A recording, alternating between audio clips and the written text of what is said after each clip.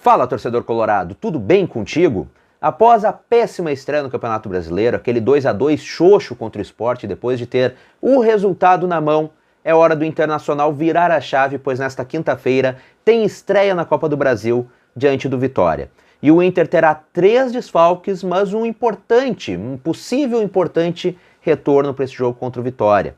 E o Ramires também andou se manifestando sobre os protestos, as manifestações da torcida contra o seu trabalho, não satisfeitos com o seu trabalho e também de seu elenco, ou seja, contra os jogadores. O Ramires, enfim, se abriu, falou abertamente sobre este assunto. É sobre isso, então, que nós falaremos neste vídeo de hoje.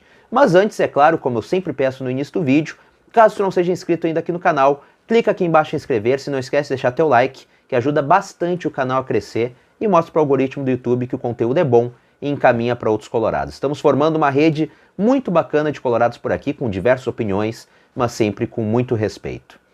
Vamos começar então falando sobre o Ramires. O Ramires, que tem sido alvo de protestos, de manifestações de torcidas organizadas e também de torcedores, como a gente diz, torcedores comuns e torcida organizada. O seu trabalho tem sido alvo destes protestos, assim como o grupo de jogadores, como o elenco de jogadores. E o Ramires, pela primeira vez, falou abertamente sobre estas manifestações. Lembrando que o elenco foi alvo de protestos antes do segundo Grenal do Campeonato Gaúcho, também antes do jogo contra o Always e agora antes do jogo contra o Sport. As torcidas organizadas também, tanto no jogo contra o Always quanto na estreia contra o Sport pelo Campeonato Brasileiro, retiraram as suas faixas do estádio Beira-Rio e não autorizaram o Internacional a tocar nos alto-falantes as suas músicas, as suas canções. Então são formas de protestos contra o trabalho do Ramires e também contra o elenco que, segundo as torcidas organizadas, não estão dando o resultado necessário, não estão contentes com os resultados que até então estão sendo feitos pelo elenco colorado e pela equipe, né, do Ramires, o trabalho do Ramires. Então ontem Miguel Ángel Ramírez se manifestou sobre isto. Primeiramente ele falou sobre o quão pode ser benéfico ou não estes protestos para os jogadores. Segundo Ramírez, ele não entende como pode ser bom, como pode contribuir para o bom andamento do trabalho, para o melhor crescimento do elenco, este clima que ele definiu como hostil para os jogadores. Então o Ramírez não entende como esses protestos podem contribuir positivamente para o crescimento da equipe, para a melhora do futebol dentro do campo, nos treinamentos. O Ramírez também diz que entende que a torcida está impaciente, que quer títulos, são muitos anos sem títulos, quer resultados, mas que ele realmente não compreende como este tipo de manifestação pode influenciar positivamente o elenco colorado, os jogadores do Internacional. Ele também reclamou da repercussão que estas pautas, estes protestos dão na imprensa. Segundo ele, há também diversas manifestações positivas de apoio ao elenco, de apoio ao seu trabalho e que não são noticiadas pela imprensa. Como nós vimos imagens, por exemplo, na entrada do hotel, agora na concentração antes do jogo contra o Sport, muitos torcedores xingando os jogadores, ofendendo os jogadores, mas também cobrando os jogadores. Mas segundo o próprio Miguel Ángel Ramírez, havia muitos torcedores também apoiando, dando palavras de apoio e que isto não ganha repercussão na imprensa.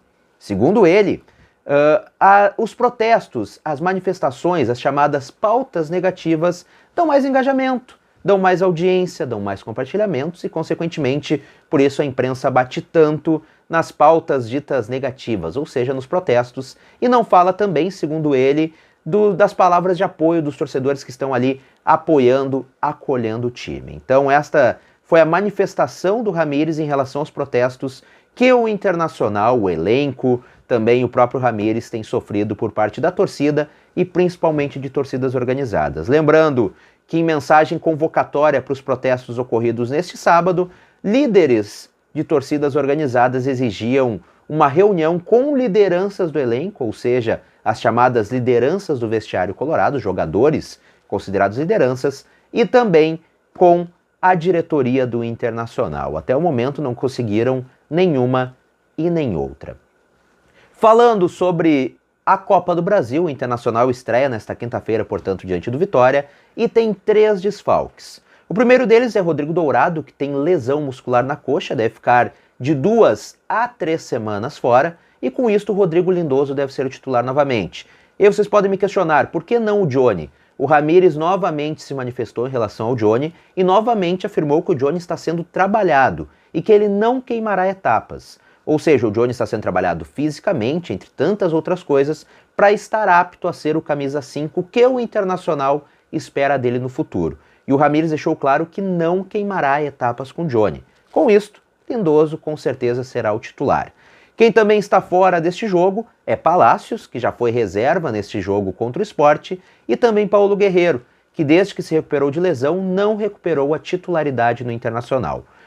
Rodrigo Dourado por lesão de 2 a 3 semanas fora, e Palácios e Guerreiro porque estão servindo as suas seleções. Lembrando que teremos Copa América aqui no Brasil.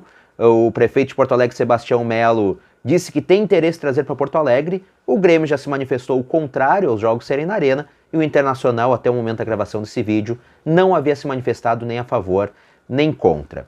Com estes desfalques do Internacional para a estreia da Copa do Brasil, o Inter deve ter em campo o mesmo time que atuou, ou time muito parecido que atuou contra o Sport, com Lomba no gol, Saravia na lateral, Victor Cuesta, Lucas Ribeiro e Moisés. No meio de campo, Rodrigo Lindoso, Edenilson e também o Tyson. E teremos na frente, provavelmente, Caio Vidal, Maurício e Thiago Galhardo. E eu falei que o Inter pode ter um importante retorno, é o retorno do Bosquilha. O Bosquilha está há 8 meses fora de campo, está 8 meses sem jogar devido àquela grave lesão que ele teve.